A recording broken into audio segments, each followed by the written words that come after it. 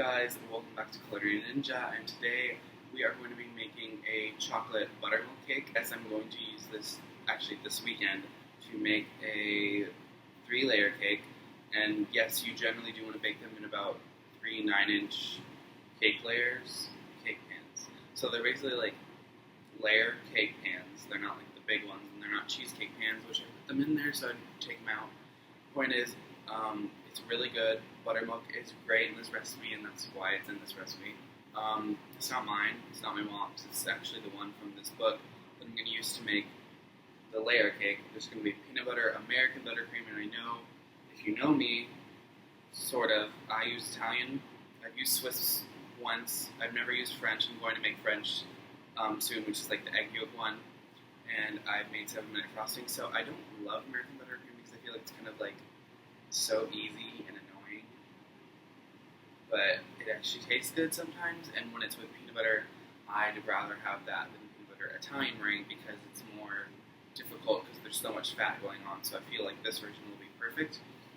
So it has that, it has pretzels, it has Reese's cups. It's going to be like amazing. But today we're just going to make my chocolate buttermilk cake. And yeah, hope you love it. Start off by greasing 3 9-inch cake pans, and the way I do this, and it's kind of methodical, and you need to be slow and careful in your steps, otherwise it won't turn out good like the first batch that I made. Anyway, just take a square piece of parchment paper with a pen or pencil and draw a circle using the bottom of the cake pan, and then cut out the circle with scissors and put it in the cake pan, and it should fit perfect. When you're cutting the circle for your cake pan, you always want to start from the outside and go in, and go really slowly when you're cutting the circle because you don't want it to have sharp edges. Otherwise that will leave spaces for your cake to stick to the cake pan, which is not what you want, because then when you take it out you risk tearing, and you also risk getting residual fat all over everything and making cleanup way more difficult in the future. So without using this parchment square, your cake will be impossible to get out of it. It's almost like having caramel stick to something. It's really annoying. So always make sure you use this parchment square and cut it out slowly to make a perfect circle. And once you do, we'll move to flouring. When you are flouring your cake pan, it is important to only take about a tablespoon of flour or less and put it into the cake pan once the parchment is stuck to the pan. And basically when you're sticking the parchment to the pan, you just spread like a tiny bit of butter. And there's butter around all these edges so that the flour will stick, and you basically just want to tap it. Even though I swirl it, it's way better now that I know that you should tap it. And you do this over a sink, and once you get it all spread out and pretty much as best as you can and use your fingers to make it get up all the way to the sides, you want to go over that sink or the trash can or wherever you like to go over to get all the excess flour out, and tap it really hard to get all of that excess. This will prevent too much flour on your cake, which will prevent from making it look awful and taste really weird like in the first batch. And secondly, it just is way better for making the cake because something about chemistry that I don't know, so just do what I say.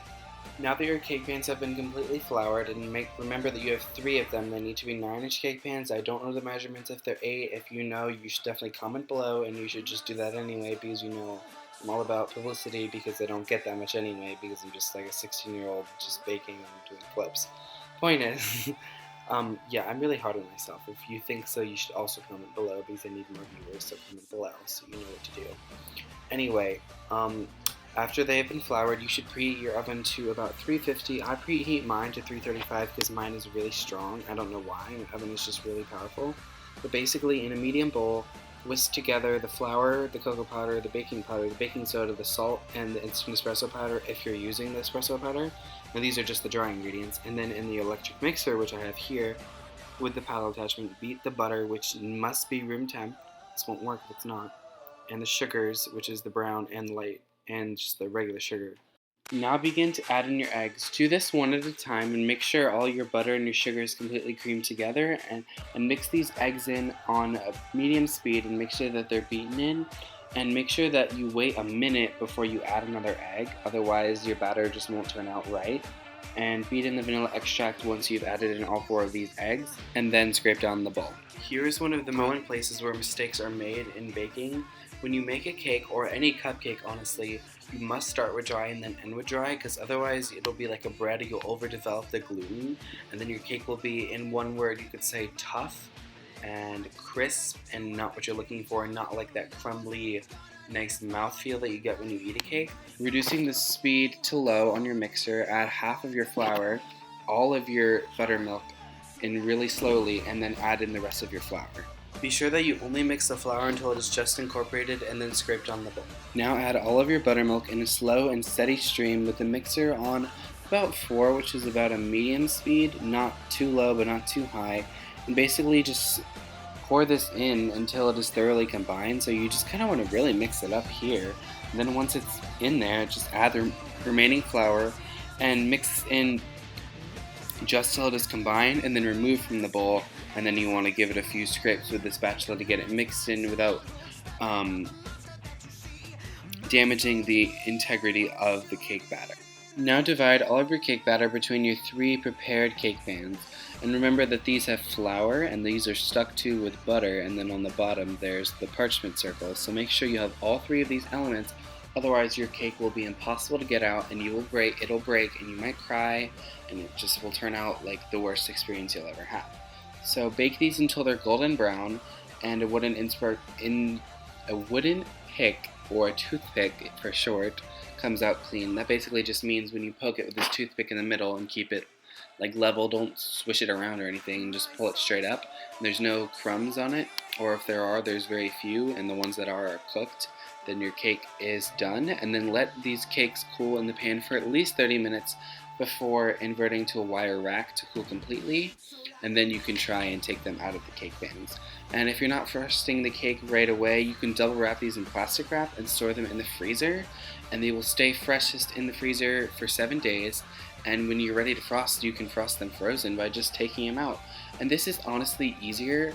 My mom used to do this when she was in the baking industry for the first restaurant she worked in, and it works, but you don't need to do it for all the cakes. So if you're frosting this cake tomorrow, or like the day that you make the actual cake layers, you can just not even put it in the freezer. You don't even have to put it in the fridge. You can just leave it and plastic wrap it on the counter and you'll be just fine, because these last about 3 days on the counter. So I had this cake for 2 more days once I turned it into the cake you will see on YouTube in a few days, which is the layer cake.